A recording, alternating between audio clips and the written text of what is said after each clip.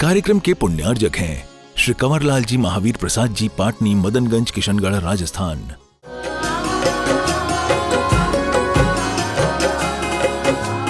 श्री जिन शांतिनाथ का चार हृदय कमल में भावित कर, सम्मुख होता भव्य जीव जो तब मुख नैनों से लग कर, पूजा और विधान रचा कर काल बिताता नर भव का, सफल हो रहा प्रतिपल उसका जन्म तथा क्षण आयु का, जन्म तथा क्षण आयु का।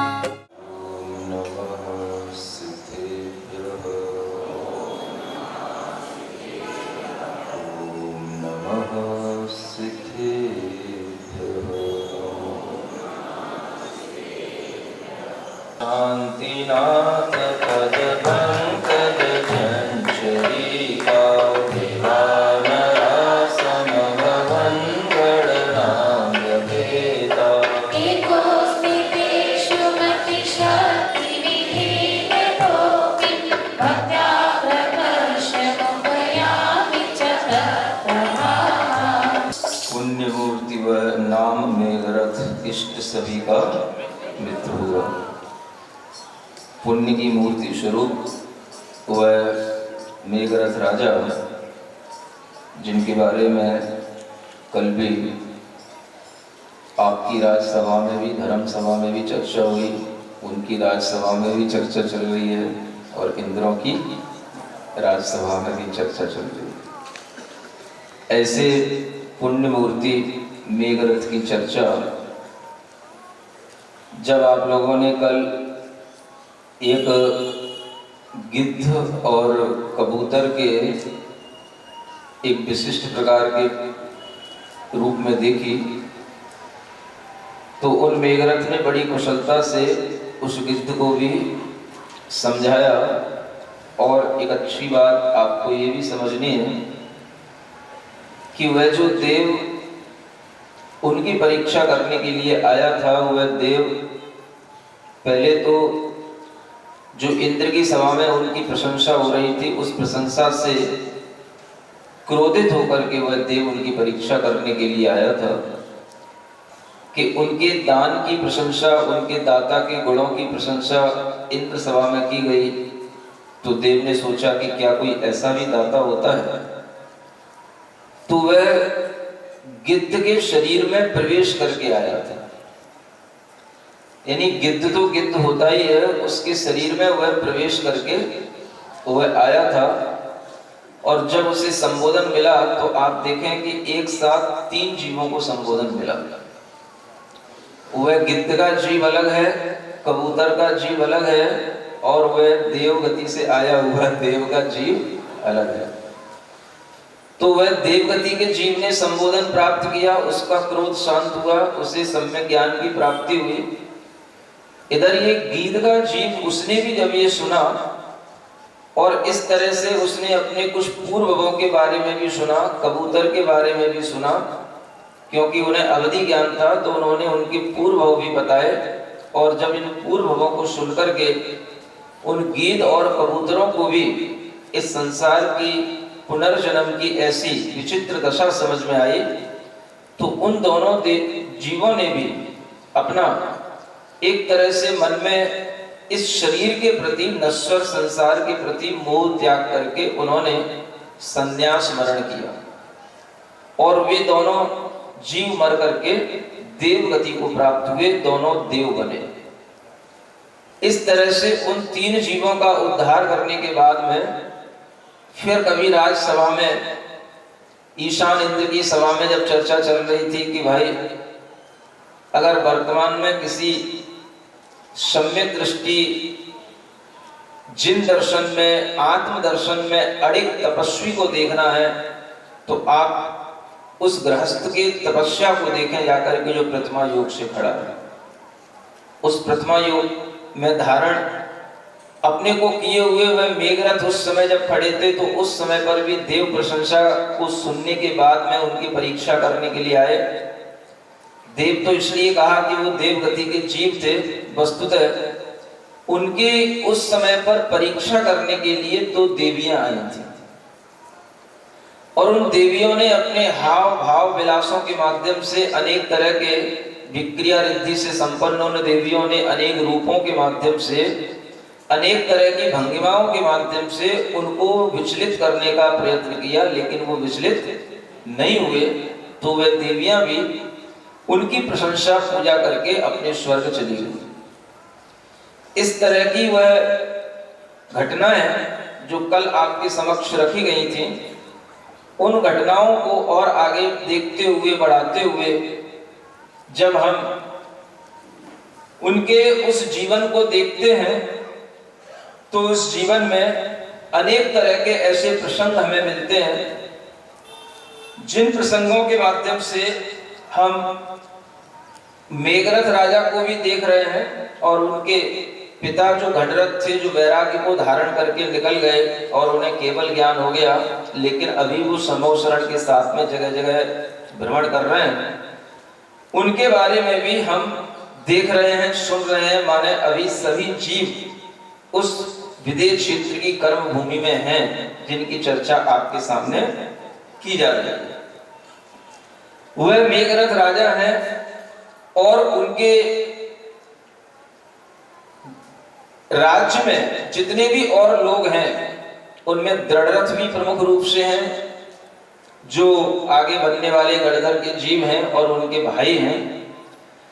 उसी के साथ साथ उनकी एक पत्नी है जिसका नाम है प्रिय मित्रा। क्या नाम है? इनकी पत्नी है मेघरथ राजा की वह पत्नी है और वह पत्नी भी बड़ी रूपवान है, सुंदर है और सुंदर होने के साथ साथ गुणवान भी है और शीलवान भी है। ऐसी स्त्रियों की भी कई बार प्रशंसा की जाती है। जिस तरह से मेघरथ राजा की प्रशंसा हो रही है उसी तरह से उनकी पत्नी के रूप की भी प्रशंसा ईशान स्वर्ग की सभा में हो रही थी। सुन रहे हो कि नहीं? इसलिए पूछ रहा हूं कि अगर आप सुनोगे तो आपको समझ में आएगा कि स्त्रियां ये ना समझें कि केवल पुरुषों के गुणों की प्रशंसा ईशान और सौधर्मिंद्र की सभाओं में होती है, स्त्रियों की भी गुणों की प्रशंसा होती है। लेकिन प्रशंसा होती है गुणों की, और उन गुणों में अनेक तरह के गुण होते हैं। अत्यधिक सुंदर होना, रूपवान होना, ये भी एक बहुत बड़ा गुण होता है, क्योंकि ये सब अच्छे पुण्य के योग से मिलता है। लेकिन उस रूपवान होने के साथ साथ शीलवान होना ये और उससे भी बढ़कर के गुण होता है। तो प्रशंसा उन्हीं स्त्रियों की जाती है जो रूपवान होते हुए भी गुणवान हैं, शीलवान हैं, अपने कुल की मर्यादाओं में रहती हैं। ऐसी स्त्रियों की भी प्रशंसा अच्छे अच्छे लोग किया करते हैं। देवगति में भी प्रशंसा होती है और वह प्रशंसा अनेक शास्त्रों में अनेक निर्ग्रंथ आचार्यों के माध्यम से भी की जाती है। इस तरह की प्रशंसा जब वहां इंद्र की सभा में हो रही है तो उस सभा में बैठे हुए देव देवियां भी आश्चर्यचकित हुए कि जिस स्त्री की प्रशंसा यहां सेवा में की जा रही है वह स्त्री क्या वास्तव में इतनी रूपवान है, क्या इतनी गुणवान है। और उसकी परीक्षा करने के लिए भी दो देवियां उतर करके विदेह क्षेत्र में आ गई। प्रिय मित्रा की परीक्षा करने के लिए, उसके रूप सौंदर्य को देखने के लिए उन्होंने जब उसको देखा तो वे बड़ी अभिभूत हुई और उन्होंने जैसा देखा वैसा ही मिला। लेकिन उस समय पर वह प्रिय मित्रा बड़ी सजी धजी सी नहीं थी, एक सामान्य स्थिति में थी।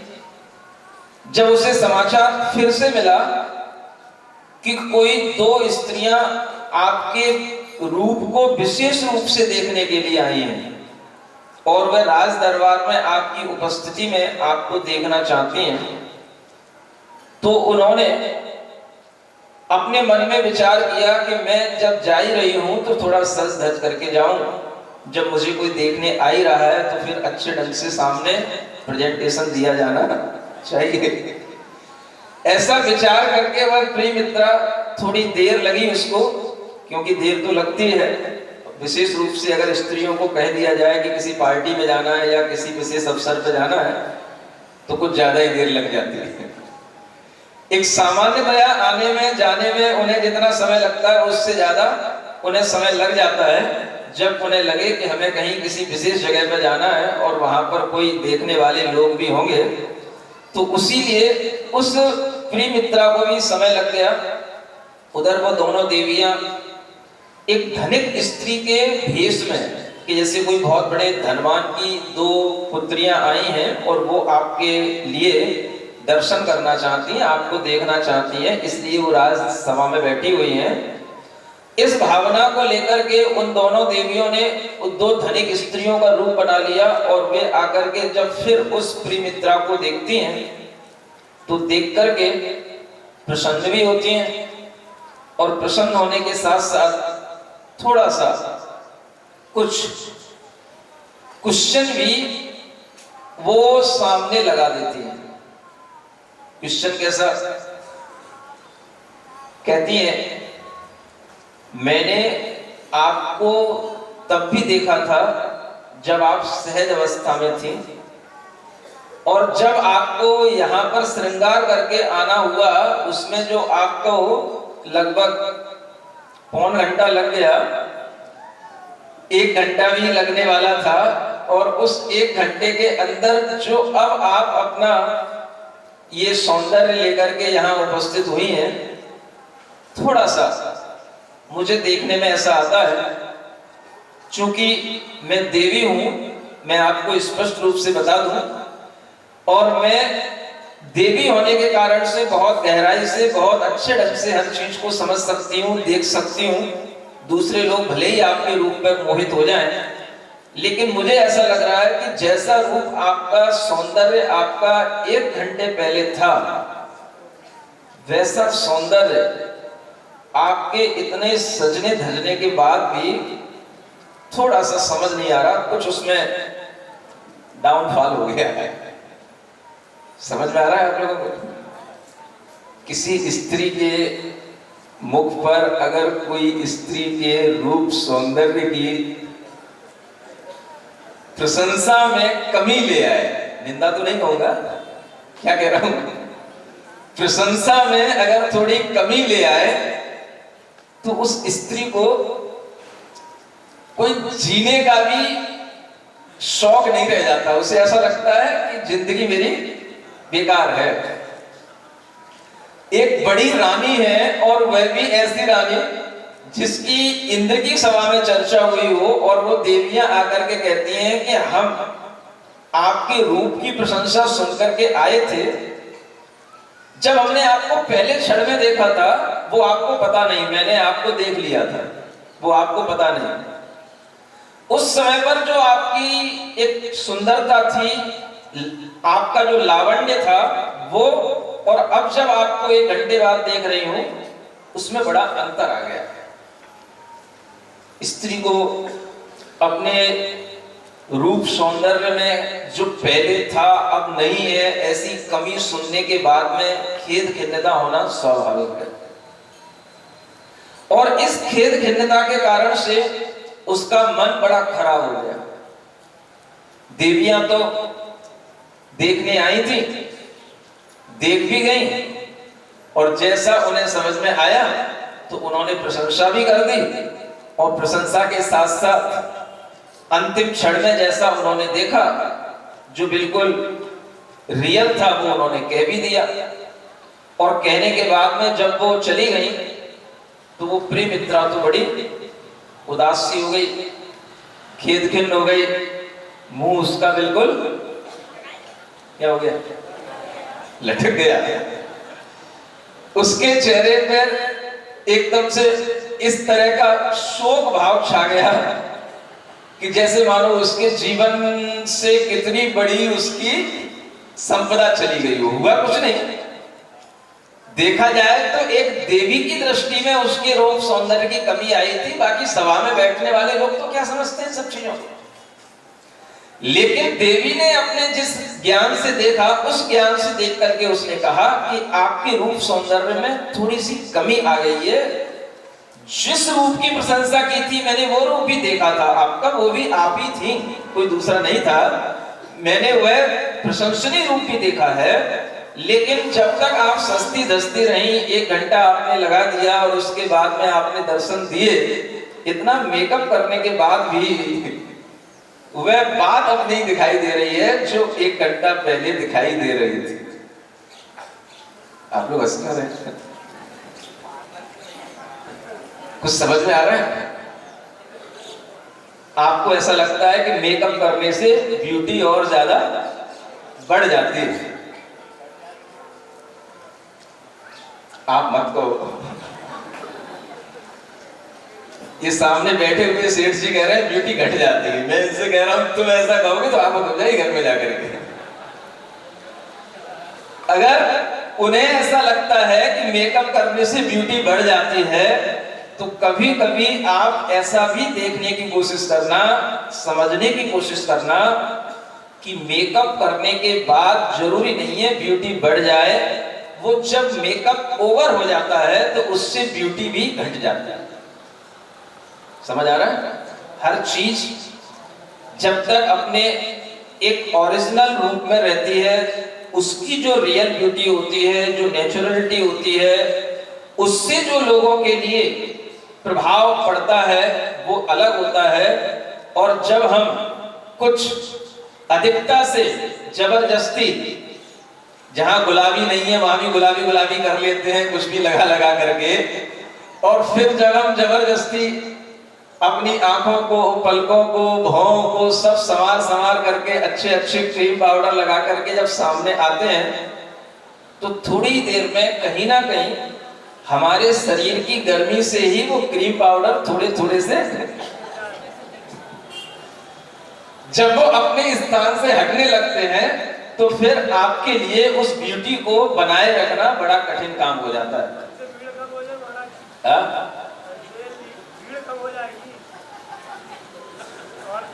समझने की बात केवल इतनी है कि हमेशा हमें ये ध्यान रखना चाहिए कि हमारी जो अपनी ओरिजिनल नेचुरल ब्यूटी है वही हमें अपने पुण्य से मिली है, हमें उसी से ही संतुष्ट रहना चाहिए। अगर ऐसा भाव सब लोगों के अंदर आ जाता है तो दुनिया का बहुत बड़ा एक खर्चा जो आप लोगों के माध्यम से होता है, वो बहुत बड़ा खर्चा घरों का बच सकता है। ये पुरुष लोग ताली बजा रहे हैं। बहुत बड़ा खर्चा होता है। इस तरह से अपनी साज सजावट करने में, तरह तरह के कॉस्मेटिक पदार्थों का उपयोग करने में जो खर्चा होता है वो बहुत भारी खर्चा होता है, और वो केवल खर्चा 1 घंटे काम आता है, इससे ज्यादा काम नहीं आता। किसी पार्टी में जाना है, वो भी जब आपकी एसी कार हो जिसमें पसीना ना आए, उसमें बैठ करके जाओ, तब जाकर के उस पार्टी में पहुंचो, और जाकर के थोड़ी देर अगर वहां पर आपके लिए अच्छी कोई जगह मिल गई बैठने की, देखने की, तो वह थोड़ी देर के लिए ब्यूटी रहती है। बाकी 1 घंटे बाद कितना ही अच्छा मेकअप हो, सब बेकार हो जाता है।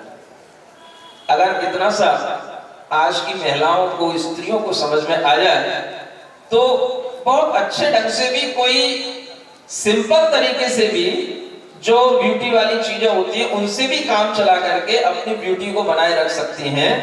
अगर आप देखें, पहले के लोग ब्यूटी को बनाए रखने के लिए हल्दी का, बेसन का उपयोग किया करते थे। किसका? समझ में आ रहा है? बेसन जानते हो ना, उसका पेस्ट बनाया जाता है, और उसके पेस्ट बना करके उससे अगर आप हल्का सा उसमें हल्दी का पाउडर डाल लें, हल्का सा उसमें नींबू डाल लें, तो दुनिया के किसी भी तरह के क्रीम से वो बहुत अच्छा काम देने वाला होगा। और उससे कभी भी आपकी जो ब्यूटी है वो उसकी ओरिजिनलिटी खराब नहीं होगी, वो बनी रहेगी। समझ में आ रहा है? इसलिए कह रहा हूं घरों में जो बेवजह के खर्चे होते हैं उन खर्चों को कम किया जाए और थोड़ा सा इस प्रिय मित्रा की ओर ध्यान दिया जाए कि जब इतनी बड़ी रानी भी अपने रूप की प्रशंसा में कमी देख करके सुन करके उदास हो सकती है तो आपका क्या हाल होता होगा भगवान ही मालिक। उसकी उदासता को देख करके राजा मेघरथ उसके जब सामने पहुंचते हैं या वो जब उसके सामने आती है तो मेघरथ ने पहली बार देखा कि रानी का मुंह, अभी तक अपने जीवन में उन्होंने नहीं देखा था कि रानी का मुंह कैसा है, उदास है, बिल्कुल लटक रहा है। क्या हो गया है? जैसे कोई बहुत बड़ा कोई नुकसान हो गया कि घर में, कि क्या किसी का वियोग हो गया, क्या हो गया। तो रानी है, पति है, पति के लिए सब कुछ बता देना ये भी गुणवान स्त्रियों का, सत्यवती स्त्रियों का एक काम होता है। क्या हो गया, ऐसा मुंह क्यों बनाए हो, क्या घटना घट गई, क्या ऐसा कारण बन गया जो उदासी आ गई चेहरे पर? ऐसी उदासी तो पहले कभी देखी नहीं थी, पहली बार इस उदासी को देख रहा हूं, क्या हो गया? पूछा गया तो कहती है कोई तो देवियां आई थी रूप को देखने, मेरे रूप को, मेरी ब्यूटी को देखने के लिए। जब आई थी तब तो उन्हें बहुत अच्छा लगा, बहुत अच्छा दिखा, और जब कुछ देर बाद दोबारा देख करके गई तो मुझसे कह गई थोड़े से आपके रूप सौंदर्य में कमी आ गई है। अब मैं उनकी बात तो चलो ठीक है, जैसा उनने कहा उनने तो मैंने सुन लिया, लेकिन मैं अब आपसे पूछती हूँ, आप बताओ, बोलो क्या बोलोगे? अब वो पूछती है आप बताओ। वो तो जो कह गई चलो ठीक है, वो तो कोई दूसरे देवलोक से आई थी, उनसे हमें क्या लेना देना, वो तो आई, कह गई, चली गई, दिमाग तो थोड़ा सा खराब कर गई। लेकिन अगर आप मुझे प्रसन्न रखना चाहते हो तो आप बताओ आपको मैं कैसी लग रही हूं? क्या आपको लगता है कि मेरे सौंदर्य में कोई कमी आ गई है? अब राजा मेघरथ सामने खड़े हैं, सोचते हैं क्या बोले। स्त्रियों का स्वभाव देख करके बोले कि स्त्री के साथ भी उसके लिए कुछ वास्तविकता के साथ बोले, अपने अवधि ज्ञान से देख करके बोले, अपने ज्ञान की दिव्यता से देख करके बोले। पूछ तो ऐसे रही है कि आप बताओ क्या आपको लगता है कि मेरी ब्यूटी में कुछ कमी आ गई है? तो वह राजा मेघरथ बड़े अच्छे ढंग से समझाते हैं, प्रिय सुनो, दुनिया में हर पदार्थ, हर चीज जो भी संसार में हम देखते हैं, जिनेंद्र भगवान ने उसके दो रूप बताए। वह हर चीज दो रूपों में रहती है। कोई भी चीज कभी एक रूप में रह ही नहीं सकती, और अगर ऐसी कोई चीज है तो उसका कोई अस्तित्व नहीं हो सकता दुनिया में। दुनिया में हर चीज दो रूपों में रहती है। वह एक रूप उसका होता है जो हमें परिवर्तित होता हुआ दिखाई देता है, एक रूप होता है जो कभी भी परिवर्तित नहीं होता है। दुनिया की हर चीज दो रूपों में है। इसी को जिनेंद्र भगवान ने कहा है कि हर पदार्थ अनेकांत स्वरूप है, और जब भी कभी आपको उस पदार्थ के बारे में व्याख्यान करना पड़े, कहना पड़े, तो आप दोनों तरह के भावों से, दोनों तरह के एटीट्यूड से उस पदार्थ को जानना और उस पदार्थ का एक्सप्लेनेशन करना। एक तरह से कभी नहीं बोलना, क्योंकि वो फिर एकांगी दृष्टिकोण हो जाएगा। तो भगवान जिनेंद्र देव ने कहा हर पदार्थ दो तरह का होता है। एक तो उसका जो बाहरी रूप हमें सामने दिखाई देता है, उसमें हमेशा चेंज आता रहता है, जिसे हम उस पदार्थ का अनित्य स्वरूप कहते हैं। और उसी के साथ साथ जो पदार्थ है वो कभी भी अपने स्वरूप को नहीं छोड़ता। जो पदार्थ पुद्गल होता है पुद्गल ही रहता है, जो जीव होता है वो जीव ही रहता है, चेतन चेतन ही रहता है, अचेतन अचेतन ही रहता है, उसका वह स्वरूप कभी नहीं बदलता। यह उसका एक दूसरा अपरिवर्तित स्वरूप है, इसे नित्य धर्म कहा जाता है। हर पदार्थ के अंदर दो धर्म हैं, एक नित्य धर्म, एक अनित्य धर्म। एक अनित्य स्वरूप, एक नित्य स्वरूप। हर पदार्थ दो रूपों में बना रहता है, चाहे वो हमारी जीवात्मा हो, चाहे हमारे शरीर के ये पुद्गल परमाणु हो, सब अपने दोनों रूपों में हमेशा रहते हैं। और जिनेंद्र भगवान ने कहा है कि जब भी किसी वस्तु को रियलिस्टिक एटीट्यूड से देखना हो तो उसको इन दोनों रूपों में देखने की कोशिश करना, तो आप रियल नोअर कहलाएंगे, रियल नॉलेज आपकी कहलाएगी। मेघरथ अपनी पत्नी को, अपनी प्रिया मित्रा को समझा रहा है, और उसके लिए जब ये नित्य और अनित्य स्वरूप का वह संबोधन करते हैं, तो उस प्रिय मित्रा को समझ में थोड़ा थोड़ा सा आने लगता है कि स्वामी क्या कहने जा रहे हैं, क्या कहने जा रहे हैं। पूछती है, मैं तो आपसे सीधा सीधा पूछ रही थी कि आप मुझे बताओ कि मेरे सौंदर्य में कमी आई कि नहीं आई। ये हमेशा आप अपना दार्शनिक मूड हमेशा मेरे सामने मत रखा करो। मैं अभी कोई राज्यसभा में नहीं बैठी हूँ जो आप मुझे दर्शन शास्त्र से समझा रहे हो कि जिनेंद्र भगवान ने पदार्थ को नित्य अनित्य स्वरूप में कहा है। मैं तो आपसे पूछ रही हूँ कि मेरी ब्यूटी में कुछ कमी आई या नहीं आई। अभी आप क्या कहना चाह रहे हो, इतना क्यों घुमाना चाह रहे हो, नित्य क्या अनित्य क्या। थोड़ा थोड़ा तो मैं भी समझने लगी हूँ आपके साथ रह करके, लेकिन मैं आपसे पूछ रही हूँ उसका उत्तर आपने दिया ही नहीं, और ये शुरू कर दिया क्या।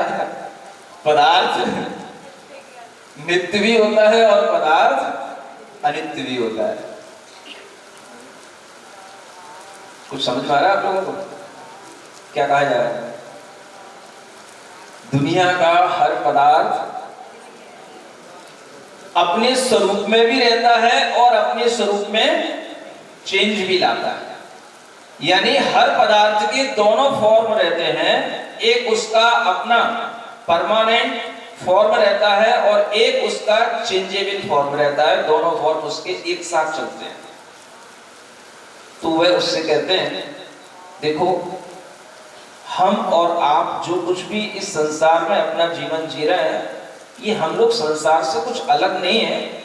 हम भी इसी संसार में हैं और संसार का हर पदार्थ अपनी पर्याय की अपेक्षा से अनित्य होता है, लेकिन द्रव्य की अपेक्षा से, पदार्थ की अपेक्षा से वो शाश्वत होता है। और इस सिद्धांत को हमें ध्यान में रखना चाहिए।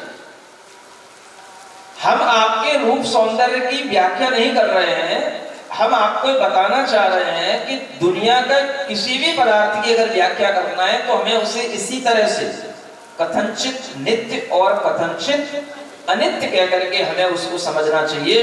अब आप हमसे पूछ रही हैं तो हम आपको इसलिए ढंग से बताना चाह रहे हैं कि आपके लिए किसी भी तरह का विकल्प उत्पन्न ना हो। और इस तरह के जब हम वस्तु स्वरूप को ध्यान में रखेंगे तो फिर हमारे लिए कभी कोई दुख, कभी कोई संकट होगा ही नहीं। क्या बोलते हैं इसको मेरी भावना में, वस्तु स्वरूप विचार खुशी से सब दुख संकट सहा करो। जब सुख की बात आ जाए तब भी इसी लाइन को ऐसे लगाना, वस्तु स्वरूप विचार खुशी से सब सुख संपत्ति सहा करो। और जब दुख की बात आ जाए तब भी इस लाइन को ऐसे लगाना, वस्तु स्वरूप विचार खुशी से सब दुख संकट सहा करो। तो समझ आ रहा आप लोगों को? सुख संपत्ति भी सहन करनी होती है और दुख संकट भी सहन करने होते हैं, लेकिन अगर हम वस्तु स्वरूप का विचार करेंगे तो वो सब कुछ आसानी से सहन करने में आ जाता है। वस्तु स्वरूप क्या? शरीर भी एक वस्तु है, आत्मा भी एक वस्तु है। आत्मा के स्वरूप का भी विचार करो, शरीर के स्वरूप का भी विचार करो, और जैसे आत्मा भी नित्य है अनित्य है, ऐसे ही शरीर भी नित्य है अनित्य है। दोनों रूपों में देखो। शरीर की अगर हम अनित्यता की ओर दृष्टिपात करते हैं तो हमें शरीर में गिरावट जरूर महसूस होती है। उम्र जैसे जैसे बढ़ती है वैसे वैसे पहले उस शरीर में उठान होता है, उठाव आता है, जैसे ज्वार भाटा आता है ना समुद्र में, ऐसे ही बचपन से लेकर के युवा तक की उम्र में पहले शरीर में उठाव आता है, भावों में उठाव आता है, और फिर एक उम्र के बाद में ठहराव आता है, और फिर उस ठहराव के बाद में फिर गिरावट शुरू होती है। ये वस्तु का स्वरूप है। प्रिय सुनो, ये स्वरूप जैसा आपके लिए है वैसा हमारे लिए भी है, और उस स्वरूप को समझ करके ही अगर हम अपनी बुद्धि को कायम रखेंगे तो हम सम्यक ज्ञानी होंगे। अगर हम स्वरूप को समझने से विचलित होंगे तो फिर हम संसार के मोह में पड़ जाएंगे, हम फिर मिथ्या ज्ञानी बन जाएंगे। इतने अच्छे ढंग से मेघरथ ने अपनी प्रिया को समझाया, ऐसा कोई समझा सकता है? अब वो प्रिय मित्रा नाम की वो है रानी, कहती है आपने इतनी पहेलियां बुझा दी, इतने दार्शनिक आपने वक्तव्य दे दिए, मैं आपसे फिर पूछ रही हूं, आप मेरी बात का तो उत्तर दे ही नहीं रहे यस और नो में। I want answer only in yes और नो। और आप कह रहे हो वस्तु कभी नित्य होती है कभी अनित्य होती है, वस्तु स्वरूप विचार खुशी से सब दुख संकट सा करो। अरे भाई, ना मुझे कोई दुख हो रहा है ना कोई संकट हो रहा है, मैं पूछ रही हूं कि मेरी ब्यूटी, मेरा सौंदर्य पहले से क्या कम हो गया है, ऐसा आपको महसूस हो रहा है कि नहीं? मैं आपसे उस पर सील लगवा रही हूं। देवियां जो कह गई सो कह गई, हमें कोई दिक्कत नहीं, लेकिन आपको क्या लग रहा है?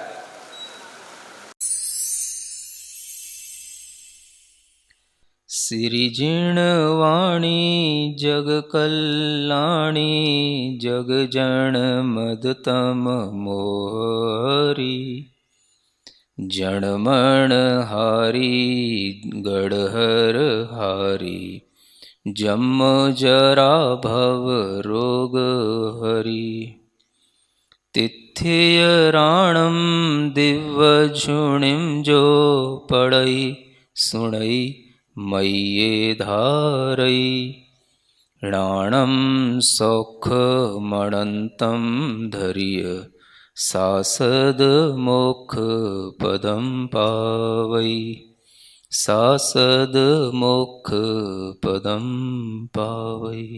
इस कार्यक्रम के पुण्यार्जक थे श्री कंवरलाल जी महावीर प्रसाद जी, पाटनी, मदनगंज, किशनगढ़, राजस्थान।